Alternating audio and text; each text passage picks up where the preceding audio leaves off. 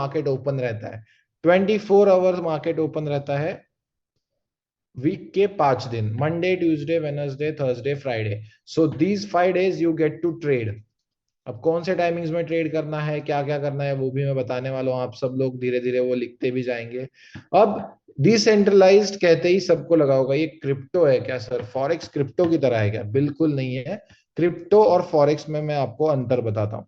Crypto is completely decentralised, कि मतलब इस पे कोई भी एक देश का अधिकार नहीं है। There is no regulating authority to the blockchain, there is no government over it. यो कंप्लीटली डिसेंट्रलाइज्ड है। डिसेंट्रलाइज मतलब क्या है, किसी देश का अधिकार ही नहीं है उस चीज पे। लेकिन फॉरेक्स ट्रेडिंग पे ऐसा नहीं है।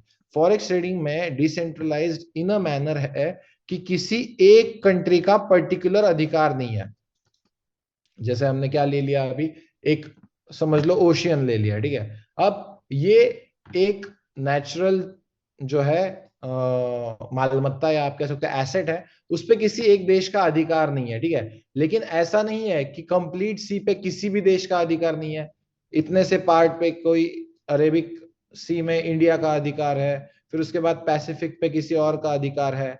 सो वैसे ही फॉरेक्स में किसी एक कंट्री का जो है पूरा राइट या रूल या रेगुलेटिंग अथॉरिटी नहीं है, लेकिन इसके कुछ मेजर पार्टिसिपेंट्स है। उसे हम यूएस डॉलर कहते हैं, फिर ग्रेट ब्रिटेन पाउंड कहते हैं, और फिर यूरो कहते हैं।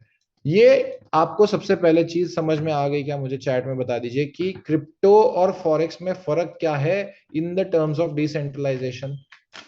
दैट क्रिप्टो पे किसी भी देश का अधिकार नहीं है, लेकिन फॉरेक्स पे ऐसा है कि किसी पर्टिकुलर एक देश का अधिकार नहीं है, लेकिन रेगुलेटिंग बॉडीज है, रेगुलेटिंग अथॉरिटीज है, और उसमें पार्टिसिपेंट्स है। ठीक है, ओके। सो सबको क्लियर है, तो आगे चलते हैं।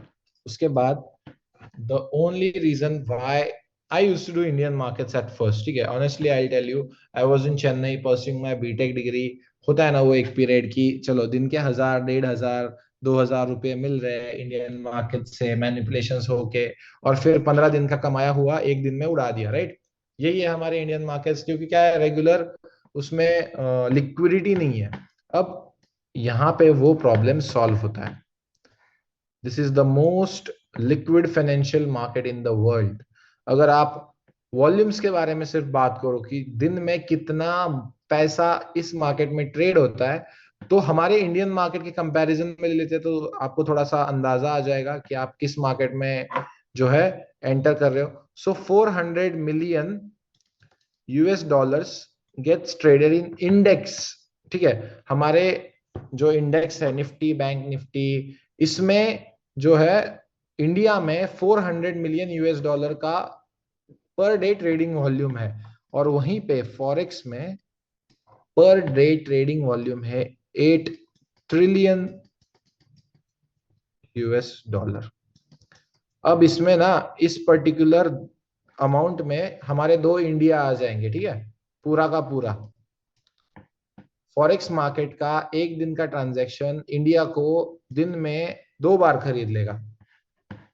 इतना बड़ा ये फाइनेंशियल मार्केट है, ठीक है। अब इसमें आपको क्या समझना है, इतने बड़े अमाउंट है, आ रहे जा रहे हैं, कैसे हमको ट्रेड करना है, सब कुछ सिखाया जाएगा, ठीक है। इसमें बिल्कुल भी टेंशन लेने की जरूरत नहीं है। सबसे इंपॉर्टेंट बात होती है कि ये जो एक्सचेंज के फ्लक्चुएशन रेट होते हैं, ठीक है। अब मैंने थोड़ी देर पहले क्या बताया यहाँ पे कि 1 रुपीज पे, $1 पे 84 रुपीज मिल रहे हैं। ये जो एक्सचेंज रेट है ना, उस पे क्या बनता है, फ्लक्चुएशन आता है, कभी ऊपर जाता है कभी नीचे आता है, उसी पे हमारे जो है इस फ्लक्चुएशन से हम ट्रेड करके पैसा कमाते हैं। ऐसा कुछ नहीं होता है फॉरेक्स मार्केट में, बहुत बड़ा मार्केट है। अगर इसको आपको बताऊं तो गोल्ड को अगर $1 मूव करना है ना, तो उसमें 1.8 ट्रिलियन यूएस डॉलर के फंड लगते हैं, ठीक है। Sorry, billion not trillion. 1.8 billion US dollar fund लगते हैं अगर $1 मूव करना है गोल्ड को। सो इतना इजी नहीं है यहाँ पे कि कोई इसको मार्केट को मैनिपुलेट कर पाए। अब इसके आगे सबसे पहले आते हैं banks. Now first part is central banks. अब सेंट्रल बैंक हमारी इंडिया की कौन सी है, सबको पता है, आरबीआई। आपने मुझे बताइए कि कभी किसी चार्ट पे आरबीआई का चार्ट ट्रेड होते हुए किसी ने देखा है क्या? एक मिनट में चैट सेक्शन ओपन करता हूँ। किसी पर्टिकुलर ब्रोकर में आरबीआई का चार्ट ट्रेड होते हुए किसी ने देखा है? No, right? एग्जैक्टली, ठीक है.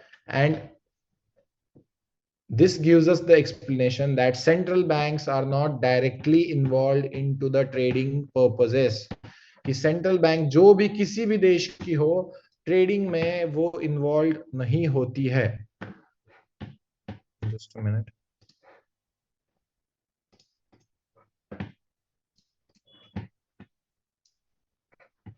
ठीक है. So the central banks